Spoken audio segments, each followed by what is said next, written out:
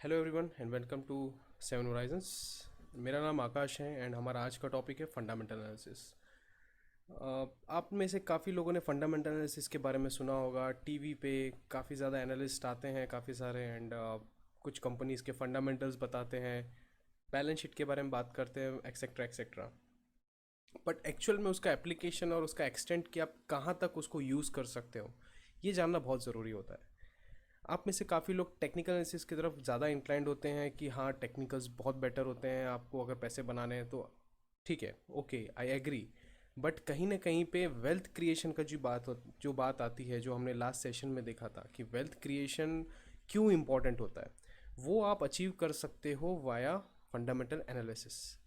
Fundamental analysis जो नाम है, फंडामेंटल एनालिसिस, फंडामेंटल का मतलब होता है बेसिक, बेसिक चीज़ों का एनालिसिस करना।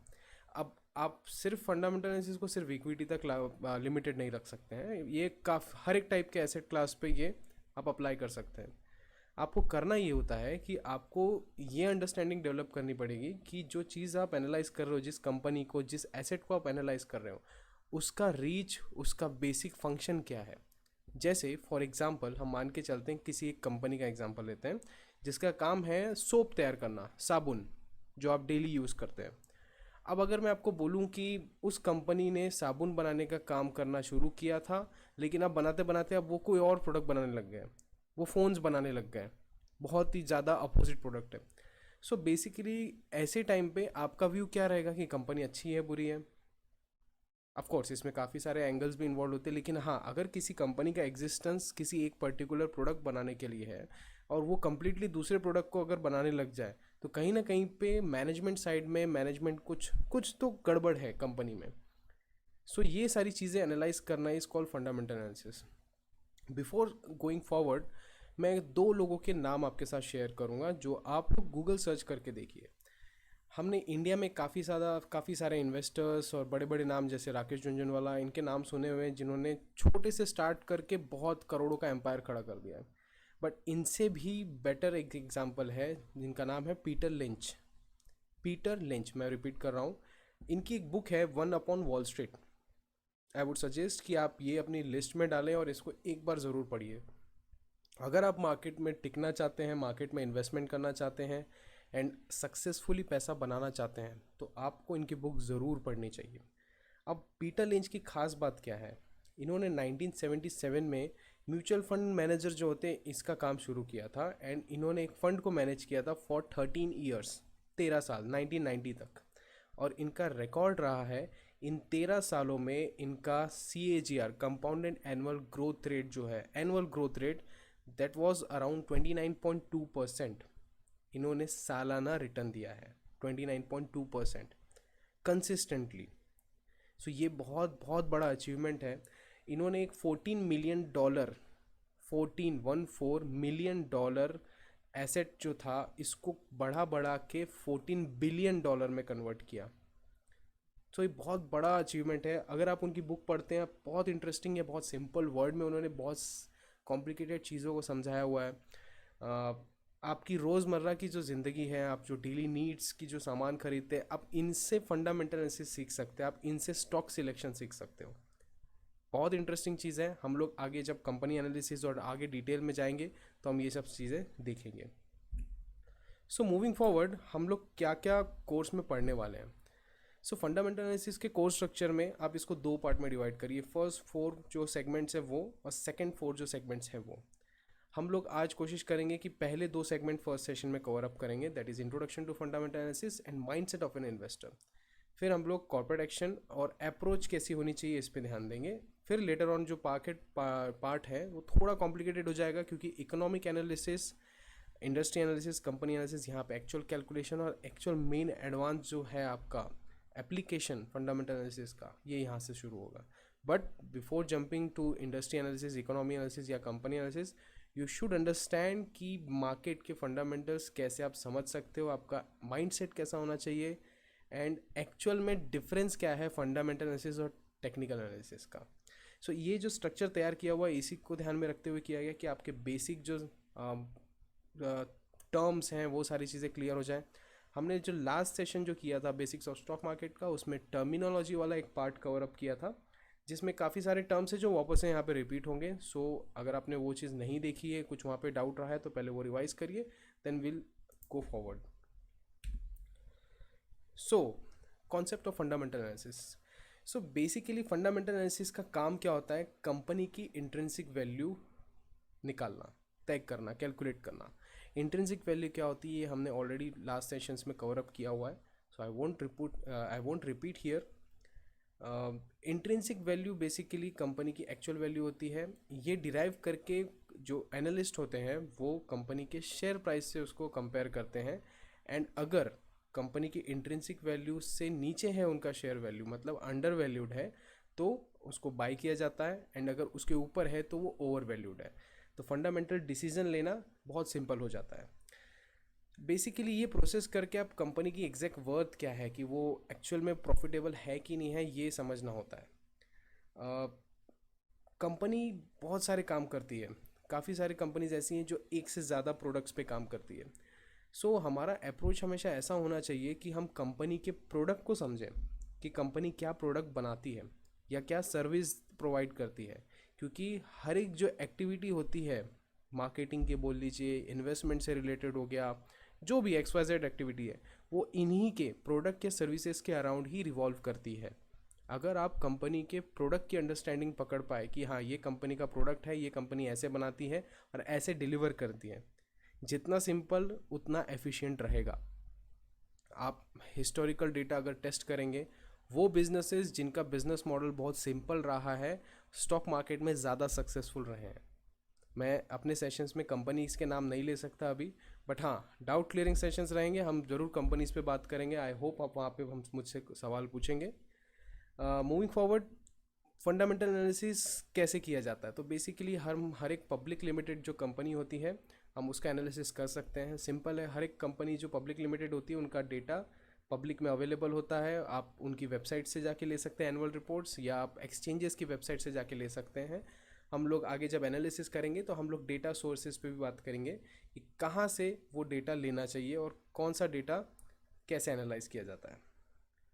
So moving forward, fundamental analysis basically financial statement से किया जाता है, कि उसमें जो कुछ पैरामीटर्स होते हैं, जैसे एक सेल्स का आंकड़ा होता है जो बहुत इंपॉर्टेंट होता है, उसके बाद में प्रॉफिट होता है, कि प्रॉफिट टैक्स के बाद में कितना आपके कंपनी के हाथ में बच रहा है, और उसको year on year growth rate भी देखा जाता है। Then next thing is debt कितना है कंपनी पे। ऑफ कोर्स वो NBFC है, बैंक है, तो हम उसको कंपेयर नहीं कर सकते डेट पोर्शन को, बट हाँ कोई मैन्युफैक्चरिंग कंपनी है या कोई दूसरी कंज्यूमर ड्यूरेबल वाली कंपनी हो जाती है, इसमें डेट प्रोपोर्शन को मेजर करना बहुत इंपॉर्टेंट होता है, कि डेट कितने ज़्यादा तक अगर रहा नेटवर्थ के कंपैरिजन में या इक्विटी के कंपैरिजन में, तो बेटर होता है। सो बेसिकली फंडामेंटल एनालिसिस कौन यूज़ करता है? सो मैंने आपको लास्ट सेशन में भी बताया था कि दो टाइप के लोग होते हैं मार्केट में। पहले होते हैं इन्वेस्टर और दूसरे होते हैं ट्रेडर। आप क्या बनना चाहते हैं, ये आपका ऑब्जेक्टिव बहुत क्लियर होना चाहिए। अगर आप मार्केट में आए हैं एसेट में इन्वेस्ट करने के लिए, और आपका टाइम पीरियड है कि आप उसको नियर टर्म में आने वाले 1-2 साल कुछ महीनों में देखने नहीं वाले हैं, तो आप इन्वेस्टर हो गए। आपको इन्वेस्टमेंट करना है। सो बेसिकली इन्वेस्टर्स जो होते हैं ये 3 से 5 साल एक लॉन्ग टर्म इसको कंसिडर किया जाता है, लॉन्ग टर्म होराइजन से कंपनी में इन्वेस्ट करते हैं। एंड फंडामेंटल एनालिसिस जो किया जाता है उसमें उसका गोल ये होता है कि आप शेयर्स नहीं खरीद रहे हो कंपनी के, आप बिजनेस खरीद रहे हो। इस चीज़ को बहुत ध्यान से सुनिए, आप कंपनी के शेयर्स नहीं खरीदते हो, आप कंपनी का बिजनेस खरीदते हो। आप बिजनेस खरीद रहे हो क्योंकि इक्विटी खरीद के आप कंपनी के ओनर बन रहे हो। आप अगर किसी भी चीज़ के ओनर बनने जाते हो तो आप पहले क्यों अपना ड्यू डिलिजेंस और पहले चेकिंग करते हो? बहुत सिंपल से एग्जांपल है, अगर आप कोई सेकेंड हैंड गाड़ी खरीद रहे हो, 4 व्हीलर खरीदते हो, सो आप पहली चीज़ क्या चेक करते हो? आप पहले कंपनी देखोगे कौन सी कंपनी की है। आप उसका एक्सटीरियर देखेंगे, इंटीरियर देखेंगे, परफॉर्मेंस देखेंगे, कितने साल का उसका कितने किलोमीटर्स चली है ये देखोगे, इंजन की क्या हालत है ये देखोगे। ये सारी चीज़ें आप चेक क्यों करते हैं? बिकॉज यू मेक श्योर कि आपका इन्वेस्टमेंट सही जगह पे जाए, क्योंकि आप जो पैसा डाल रहे हैं आप उसको आने वाले कुछ टाइम में तो देखने नहीं वाले। ऐसा तो नहीं है कि आपने आज सेकेंड हैंड कार खरीदी और आप अगले महीने बेच दो। बहुत रेयरली ऐसा होता है कि लोग ऐसा करते हैं, अदरवाइज आप लेते हैं कार तो उसको कुछ सालों के लिए लेते हैं। सो ये आपका इन्वेस्टमेंट होता है। तो जब आप अपने डेली यूज़ में इन्वेस्टमेंट में इतने सारी चीज़ें आप चेक करते हो तो शेयर्स में भी करना चाहिए, कंपनी में भी करना चाहिए। अब ये किया कैसे जाता है, यही सीखना हमारा ऑब्जेक्टिव है। सो बेसिकली बहुत सारी कंपनीज लिस्टेड है मार्केट में। और अगर आप NSE BSE के मेन जो स्टॉक एक्सचेंजेस दो हैं हमारे, इसके ही अगर स्टॉक्स की लिस्ट देखें तो अराउंड 8,000 to 9,000 स्टॉक्स लिस्टेड है। अब इनमें से कौन सी कंपनी आप चूज़ करेंगे? अगर आप करने जाएंगे एनालिसिस तो आप हर एक कंपनी का एनालिसिस तो कर नहीं सकते। मैं इतने सालों से मार्केट में हूँ, फिर भी मैं 1,000 कंपनी भी नहीं पकड़ पाया हूँ। और करते करते मैं एक चीज़ रियलाइज़ किया कि हर एक कंपनी का एनालिसिस करना ज़रूरी नहीं होता है। कंपनी को आइडेंटिफाई करना कि कौन सी कंपनी ज़्यादा बेटर परफॉर्म कर रही है, ये करना प्रोसेस बहुत सिंपल होता है। स्टॉक पिकिंग जो हम बोलते हैं। चलिए एक एक्सरसाइज करते हैं। आप अपने आसपास में देखिए, आपको कुछ सामान दिख रहा होगा, कुछ प्रोडक्ट्स दिख रहे होंगे, जैसे table, fan, light, laptop, mobile, गाड़ियाँ, कर्टन्स, बेडशीट, शूज़। आप इन सब चीज़ों में आप उसमें कंपनी का ब्रांड देखिए, कंपनी का नाम देखिए। शूज़ में आप बाटा, लिबर्टी देख सकते हो, आप यूज़ करते होंगे ऑफ कोर्स। कंप्यूटर्स देख सकते हो, बहुत सारे अलग अलग नाम मिलेंगे। मोबाइल फ़ोन्स के दिखोगे, लाइट आपको दिखेगा, फ़ैन दिखेगा, एसी, एयर कंडीशनर्स दिखेंगे। अब इन कंपनी के प्रोडक्ट आप क्यों यूज़ कर रहे हो, ये सवाल आप अपने आप से पूछिए। आपको आंसर क्या मिलेगा? बिकॉज ये बेटर है, ये इस प्राइस में सबसे अच्छी चीज़ मुझे मिल सकती थी, इसीलिए मैंने लिया। राइट? अब आपने अपना एनालिसिस तो कर लिया। अब आप इस किसी कंपनी का प्रोडक्ट आप खरीद रहे हैं तो कहीं ना कहीं आप कंपनी के बिजनेस में, कंपनी की चीज़ों में बिलीव करते तभी आपने लिया हुआ है। सो व्हाई नॉट कि आप उस कंपनी के मालिक भी बने, आप ओनर भी बने। क्योंकि आप जैसा सोच रहे हो ऐसा बहुत लोग भी सोच रहे होंगे। ऑफ कोर्स ऐसा तो नहीं है कि पूरे इंडिया में सिर्फ आप अकेले ही हैं जिन्होंने वो प्रोडक्ट खरीदा होगा। आपके जैसी सोच रखने वाले और भी लोग होंगे। चलिए प्रोडक्ट को और सिंप्लीफाई करते हैं, डेली यूज़ के प्रोडक्ट में आइए। FMCG प्रोडक्ट्स में साबुन, शैम्पू, ऑयल, खाने के जो सामान की चीज़ें होती है, फास्ट फूड, जो भी चीज़ें होती हैं, आप इन सब चीज़ों के प्रोडक्ट का कंपैरिजन करके देखिए अपने घर में। आपको बहुत सारी ऐसी चीज़ें मिलेंगी जो आप डेली यूज़ कर रहे हैं एंड कई सालों से कर रहे हैं। चलिए एक एग्जांपल लेते हैं, आप कौन सा टूथपेस्ट यूज़ करते हैं? आपने एड्स में भी देखा होगा। और आपके टूथपेस्ट में नमक है क्या? ऑफ कोर्स अगर आपके टूथपेस्ट में नमक है तो अच्छी बात है, और वो कौन सा टूथपेस्ट है आप भी जानते हैं। अब आप ये सोचिए, इतने सालों से आप किसी प्रोडक्ट को लेके लॉयल हैं अगर, तो कहीं ना कहीं पे उस कंपनी को आपने कितना प्रॉफिट दिया होगा उसका प्रोडक्ट खरीद खरीद के। आप जैसा सोच रहे हैं ऐसा और भी लोग सोचते होंगे। अब जो जितने लोग ये सब सोच रहे हैं, उसने कंपनी को इतने साल में कितनी ग्रोथ दी होगी। और इस ग्रोथ में अगर आपने जब पहले खरीदा था तभी आप इसके ओनर होते, तो अब इस ग्रोथ के और इस प्रॉफिट के आप भी हकदार होते थे, आप भी हिस्सेदार होते थे as a shareholder. Same philosophy से फंडामेंटल एनालिसिस में स्टॉक पिक किया जाता है। अगर आप पीटर लिंच की जो बुक मैंने आपको सजेस्ट किया है, वन अपॉन वॉल स्ट्रीट, अगर आप पढ़ेंगे तो उन्होंने बहुत सारे सेक्शंस में बताया कि वो स्टॉक्स कैसे सिलेक्ट करते थे। तो उसमें आपको काफ़ी सारे एग्जांपल्स मिलेंगे, आप अप्लाई करके देखिए एंड लेट्स सी कोई नई चीज़ आपको मिलेगी। Moving forward, difference between fundamental and technical analysis. यहाँ से आगे बढ़ने से पहले मैंने आपको स्टार्टिंग में कहा था कि मैं दो लोगों के नाम बताऊंगा। मैंने एक पीटर लिंच का नाम बताया, दूसरा एक है बेंजामिन ग्राहम। अगर आप गूगल सर्च करेंगे तो आपको दिखेगा इनका नाम है बेंजामिन ग्राहम, इनको फादर ऑफ वैल्यू इन्वेस्टिंग भी बोला जाता है। अब काफ़ी लोग ये सोच रहे होंगे what is value investing, value investing क्या चीज़ होती है, ये नया सीखने सुनने को मिल रहा है। तो इसका बहुत सिंपल सा आपको मैं एक्सप्लेनेशन देता हूँ। वैल्यू देख के इन्वेस्ट करना। अब वैल्यू किस चीज़ की बात करते हैं? कंपनी की वैल्यू। हम फंडामेंटल एनालिसिस क्यों परफॉर्म करते हैं? ताकि हम कंपनी की इंट्रिंसिक वैल्यू डिराइव कर पाए। इंट्रिंसिक वैल्यू डिराइव करके क्या हो रहा है, हम कंपनी का एक्चुअल वर्थ अभी इन्वेस्ट करने लायक है कि नहीं ये डिराइव करते हैं। सो हमेशा सक्सेसफुल इन्वेस्टर वैल्यू के पीछे भागते हैं, ना कि शेयर प्राइस के पीछे भागते हैं। अब चलिए मैं एक और एग्जांपल इस चीज़ को समझाने के लिए करता हूँ, डेमोन्स्ट्रेट करता हूँ। एक शेयर है जिसका प्राइस है 5 रुपये एंड दूसरा शेयर है जिसका प्राइस है 5,000 रुपये। कौन सा बेटर है? आप सोचेंगे कि यार खरीदना है तो 5 रुपये वाला ज़्यादा बेटर है, 5,000 बहुत महंगा लग रहा है। ठीक है, चलिए एक और एग्जांपल लेते हैं। एक शेयर है 5,000 रुपये का, दूसरा शेयर है 50,000 रुपये का। अब कौन सा बेटर है? फिर भी आप सोचेंगे कि यार 5,000 भी ज़्यादा है, 50,000 तो और ज़्यादा है। सो वैल्यू इन्वेस्टिंग क्या दिखाता है कि जो चीज़ 5 रुपये की एक्चुअल में उसकी वर्थ 5 रुपये है कि नहीं है। अगर है तो फिर आप खुद सोचिए कि आप इतनी सस्ती चीज़ क्यों खरीदेंगे। आप मार्केट में जाते हैं, आप अपने लिए कुछ भी चीज़ खरीदते हैं, कोई भी शॉपिंग करते हैं, तो आप हमेशा क्या चीज़ देखते हैं? यार मुझे अच्छी चीज़ चाहिए, कम पैसे में बेटर क्वालिटी चाहिए। तो यही कॉन्सेप्ट आपको यहाँ पे भी अप्लाई करना है फंडामेंटल एनालिसिस में, कि कम पैसों में ज़्यादा अच्छी चीज़ ढूंढनी है, राइट। अब ये चीज़ आइडेंटिफाई करना ही पूरा प्रोसेस का ऑब्जेक्टिव है। हम लोग कोशिश करेंगे जितने कॉम्प्लिकेटेड जार्गन्स इसमें आते हैं उसको इसी सिंपल टर्म्स में समझने की कोशिश करेंगे। सो मूविंग फॉरवर्ड, हम लोग पहले डिफरेंस समझते हैं फंडामेंटल और टेक्निकल एनालिसिस का।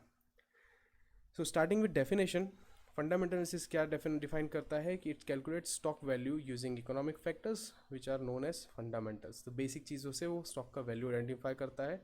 टेक्निकल एनालिसिस क्या करता है? ये प्राइस मूवमेंट देख के प्रिडिक्ट करता है कि फ्यूचर प्राइस मूवमेंट क्या हो सकता है। डेटा कैसे गैदर किया जाता है? फंडामेंटल्स के लिए हम फाइनेंशियल स्टेटमेंट्स पे रिलाई करते हैं, जैसे कि cash flow statement, profit and loss statement and balance sheet. Versus technical analysis के लिए हम चार्ट्स पे रिलाई करते हैं। चार्ट्स मतलब टेक्निकल चार्ट्स। डोंट वरी अगर आप टेक्निकल्स का आपको अभी कुछ समझ में नहीं आ रहा होगा, इसके ऊपर एक अलग से सेशन होने वाला है। यहाँ पे बस एक ब्रीफ इंट्रोडक्शन है, कुछ नहीं समझेगा तो टेंशन नहीं लेना है बिल्कुल भी। सो बेसिकली फंडामेंटल एनालिसिस में स्टॉक कब खरीदा जाता है? जब उसका मार्केट प्राइस इंट्रिंसिक वैल्यू से नीचे चला जाता है। वेरस ट्रेडिंग होती है टेक्निकल एनालिसिस में, तो नीचे खरीदो, हाई प्राइस पे बेचो, स्विंग ट्रेड करो, वॉल्यूम्स के हिसाब से ट्रेड करो, योर विश। टाइम होराइजन, ये बहुत इंपॉर्टेंट है, जो ये दोनों टर्म्स के बीच में एक डिफ्रेंसिएशन क्रिएट करता है कि आपका अप्रोच क्या है। सो फंडामेंटल एनालिसिस में आपका अप्रोच होता है लॉन्ग टर्म, मतलब 3 साल 5 साल उसके ऊपर। एंड टेक्निकल एनालिसिस में होता है शॉर्ट टर्म, यानी 1 दिन 2 दिन 1 महीना 2 महीना 6 महीना। बेसिकली अगर आप देखेंगे किसी भी टेक्स्ट बुक में आपको लॉन्ग टर्म और शॉर्ट टर्म का डेफिनेशन एग्जैक्टली नहीं लिखा होगा कि कितना टाइम मतलब लॉन्ग टर्म होता है। ये आपके इन्वेस्टमेंट और आपके एपेटाइट पर डिपेंड करता है कि आप कितना टाइम तक किसी चीज़ को होल्ड कर सकते हैं। So basic function of fundamental analysis है कि ये इन्वेस्टमेंट के लिए काम में आता है, इन्वेस्टिंग के लिए, whereas technical analysis trade करने के लिए काम में आता है। क्या क्या कॉन्सेप्ट यूज़ होते हैं? So return on equity, return on assets, ये एक बेसिक इंडिकेटर्स हैं फंडामेंटल एनालिसिस के। ऑफकोर्स हम लोग ये भी पढ़ेंगे और इसके अलावा और भी बहुत सारे इंडिकेटर्स देखेंगे। वेरस टेक्निकल एनालिसिस में डाउ थ्योरी और प्राइस डेटा, इन सब चीज़ों को, प्राइस का, हिस्टोरिकल प्राइस का मूवमेंट देख के हम प्रिडिक्ट करते हैं कि आगे मूवमेंट कैसा हो सकता है। तो ये टेक्निकल एनालिसिस में आता है। सो बेसिकली फंडामेंटल एनालिसिस क्या करता है? बैकवर्ड फॉरवर्ड सारी चीज़ों को एनालाइज करता है और उस हिसाब से फिर आपको एंड रिजल्ट मिलेगा। वेरस टेक्निकल एनालिसिस में हम सिर्फ बैक डेटा ही रहता है और उस हिसाब से फ्यूचर प्रिडिक्शन करते हैं। So it's completely different. आपको अभी भी यही चीज़ का डिफ्रेंसिएशन समझना है कि आप क्या हैं, इन्वेस्टर या ट्रेडर। हमने लास्ट सेशन में भी इन्वेस्टर और ट्रेडर का बीच का डिफरेंस समझा था। हम बार बार ये चीज़ रिपीट इसलिए कर रहे हैं क्योंकि यही एक बेसिक चीज़ है, ये आपकी आइडेंटिटी बनेगा। अगर आप पहले दिन से ये क्लियर कर लो कि आप इन्वेस्टर हो, तो आपको इन्वेस्टमेंट वाले रूल्स और इन्वेस्टमेंट वाले माइंडसेट के साथ में ही काम करना है। अगर आप पहले दिन में ये डिसाइड कर लो कि आप ट्रेडर हो, तो आपको एज अ ट्रेडर वही माइंडसेट के साथ काम करना है। ये बहुत इंपॉर्टेंट है कि आप पहले दिन में इसी चीज़ को क्लैरिफाई कर लें कि आप मार्केट में क्यों बने हैं, क्या करने के लिए आए हैं, इन्वेस्टमेंट करने के लिए आए हैं या ट्रेडिंग करने के लिए आए हैं। ये क्लैरिफाई करने के बाद फिर आप उस हिसाब से अपना एनालिसिस आगे बढ़ाइए। एक ट्रेडर इन्वेस्टर भी हो सकता है और एक इन्वेस्टर ट्रेडर भी हो सकता है, लेकिन इस चीज़ में फिर अच्छा मैनेजमेंट की ज़रूरत है कि आप अगर पोर्टफोलियो क्रिएट करने पे फोकस कर रहे हैं, so you should go with investment. हाँ, लेकिन कुछ पोर्शन का रिस्क लेके आप ट्रेडिंग ज़रूर कर सकते हो। से फॉर एग्जांपल आपका एक 10 लाख का पोर्टफोलियो है एंड यू डिसाइडेड कि हाँ मैं 20-30% तक का रिस्क ले सकता हूँ, तो आप ये काम करिए, 7 से 8 लाख के बीच का आप अपना इन्वेस्टमेंट पोर्टफोलियो क्रिएट करिए और जो ऊपर का पैसा बच रहा है 10 में से, उसमें आप ट्रेडिंग करिए विथ स्ट्रिक्ट रूल्स कि एक पर्टिकुलर लेवल पे आप एग्जिट करोगे, एक पर्टिकुलर लेवल पे आप एंट्री लोगे, और वो चीज़ आप पूरा का पूरा अपने टेक्निकल चार्ट्स पे रिलाई होके करेंगे। सो मूविंग फॉरवर्ड, इन्वेस्टमेंट जो होता है ये मोर लाइक बिजनेस खरीदने जैसा होता है, ना कि कोई स्टॉक खरीदना। आप किसी भी चीज़ का शेयर खरीद रहे हो तो आप बिजनेस के ओनर बनने के हिसाब से खरीदते हो। ये माइंडसेट के साथ अगर आप काम करोगे तो आपका सक्सेस रेशियो ज़्यादा बेटर रहेगा एज़ कम्पेयर टू बाकी लोगों के। जैसे जितने भी आपने नामी नाम सुने हुए हैं, इंडियन मार्केट की बात करें, राकेश झुनझुनवाला मोस्टली हर एक पर्सन ने सुना होगा। इंडिया में बहुत बड़ा नाम है, जो इन्वेस्टर है, ट्रेडर है, दोनों हैं। अगर उनकी फ़िलोसॉफ़ी आप फॉलो करते होंगे तो उनका काम बहुत सिंपल है कि एक कंपनी आइडेंटिफाई करते हैं जिसका प्रोडक्ट में फ्यूचर पोटेंशियल हो सकता है और उस कंपनी के ओनर बन जाते हैं। बहुत बड़ा शेयर खरीद के उनके डायरेक्टर पैनल में आ जाते हैं वगैरह वगैरह। अब ये करके वो करते क्या हैं? आपको बहुत हिट स्टॉक्स के नाम है, टाइटन जैसा नाम है जिसमें राकेश झुनझुनवाला का बहुत बड़ा स्टेक है। सो ये उन्होंने बहुत पहले आइडेंटिफाई किया था। इसके अलावा भी बहुत सारे, वॉरेन बफेट का नाम बहुत फेमस है जिन्होंने पेप्सी, कोका कोला, ये इस कंपनी में इन्वेस्ट किया था, कोक में इन्वेस्ट किया था एंड उससे उन्होंने काफ़ी पैसा बनाया। सो ये लोगों ने कंपनी का पोटेंशियल देखा एंड इसके बिजनेस का पोटेंशियल देखा, प्रोडक्ट का पोटेंशियल देखा कि फ्यूचर में इसका एप्लीकेशन कितना अच्छा हो सकता है एंड उस हिसाब से इन्होंने उस कंपनी को खरीदा, ओनर बने। सो ये होता है इन्वेस्टमेंट करने का एक माइंडसेट। सो अगर आप वेल्थ क्रिएशन और इन्वेस्टमेंट को फोकस रख के काम करना चाहते हैं, सो मेक श्योर कि आपके ऑब्जेक्टिव्स एंड गोल्स पहले से डिफाइंड हो। इन्वेस्टमेंट हमेशा लॉन्ग ड्यूरेशन के लिए ही होता है। अगर आपने कोई स्टॉक खरीदा आज इन्वेस्टमेंट को ध्यान में रखते हुए एंड आपको कल ही उसमें अच्छे रिटर्न्स मिल रहे हैं, से फॉर एग्जांपल आपने एक 100 रुपये का स्टॉक खरीदा, आपको कल के कल ही उसमें 5 रुपये मिल रहे हैं, मतलब 105 हो गया, 5% रिटर्न, आप बहुत खुश हो गए।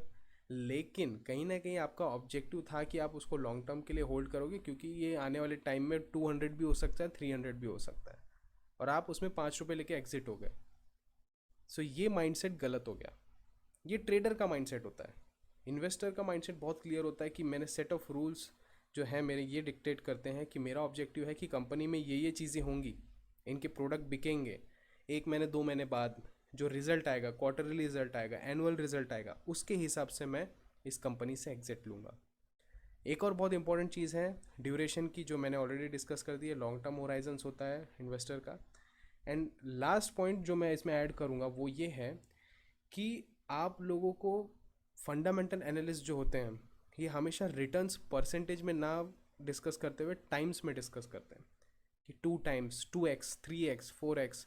मल्टी बैगर्स का नाम आपने सुना होगा टर्म्स कि 10 बैगर्स हो गया। 10 बैगर्स मतलब 10 टाइम्स रिटर्न दिया। 1000 रुपये का जो शेयर है वो 10,000 हो गया, 100 रुपये का शेयर है 1,000 हो गया। बहुत सिंपल तरीके से बोला, 10 टाइम्स रिटर्न दिया। सो हाँ, ऐसे भी स्टॉक है स्टॉक मार्केट में जिन्होंने इतना बड़ा रिटर्न दिया है। आपको चाहिए तो 10 बैगर करके सिर्फ गूगल में सर्च करेंगे in India, Indian stock market, तो आपको सब चीज़ मिल जाएगा। आज की डेट में गूगल में आप सर्च करेंगे तो हर एक चीज़ इजीली अवेलेबल हो जाती है। मोस्ट इम्पॉर्टेंट थिंग ये होती है कि आप सही कीवर्ड्स डाल के सर्च करें ताकि आपको इन्फॉर्मेशन सही मिले। आप 10 बैगर्स डाल के देखिए, आपको सारा इन्फॉर्मेशन मिलेगा। सो मूविंग फॉरवर्ड, आगे हम देखते हैं सक्सेसफुल इन्वेस्टर के क्या क्या ट्रेड्स होते हैं। बहुत इंपॉर्टेंट चीज़ ये है कि आपको ये समझ में आना चाहिए कि मार्केट में सिर्फ इक्विटी ही एक अकेला इंस्ट्रूमेंट नहीं है इन्वेस्टमेंट के लिए। इसके अलावा भी काफ़ी सारे इंस्ट्रूमेंट्स होते हैं इन्वेस्टमेंट करने के लिए। सो आपको उनका हर एक का थोड़ा थोड़ा बेसिक नॉलेज तो होना चाहिए ताकि आप आगे एक इन्फॉर्म्ड डिसीजन ले सकें। सो अलग अलग इंस्ट्रूमेंट्स की स्टडी करना एंड ऑफ कोर्स इन्वेस्ट करने के पहले स्टडी करना, ये सेकंड इंपॉर्टेंट चीज़ है जो आप लोग को ध्यान देनी है। अब स्टडी किस टाइप की होती है, हमने स्टॉक सिलेक्शन के लिए अपने आसपास के एनवायरनमेंट और ये सारी चीज़ों के बारे में बात की कि आप कैसे वहाँ से स्टॉक पिक कर सकते हो। डेली रूटीन में जो सामान हम यूज़ कर रहे हैं आप उससे कैसे आइडियाज़ ले सकते हो। सो ये एक तरीके की स्टडी हो गई। Risk and reward ratio, as an investor आपको ये पता रहना चाहिए कि आप कितना रिस्क ले सकते हो और उसके लिए कितना रिटर्न्स आप एक्सपेक्ट कर सकते हो। 10 बैगर्स, मल्टी बैगर्स मिलते हैं, लेकिन आप बोलोगे कि मुझे 2 दिन में 10 टाइम्स रिटर्न्स चाहिए, नॉट पॉसिबल। तो एक रीज़नेबल और एक सेंसिबल अप्रोच होनी चाहिए आपकी। एंड लास्ट पॉइंट, हमेशा आपको ये ध्यान में रखना चाहिए कि आप बिजनेसेस खरीद रहे हो, आप प्रोडक्ट खरीद रहे हो, आप शेयर नहीं खरीद रहे हो। क्यों? अगर आप शेयर्स के पीछे भागोगे तो आप ट्रेडिंग के पीछे जाओगे। इंपॉर्टेंट चीज़ ये होती है कि आप बिज़नेस को फोकस करें, आप प्रोडक्ट को फोकस करें, जो कि सबसे ज़्यादा बेटर अप्रोच रहेगा। सो आगे का पार्ट हम नेक्स्ट सेशन में देखेंगे।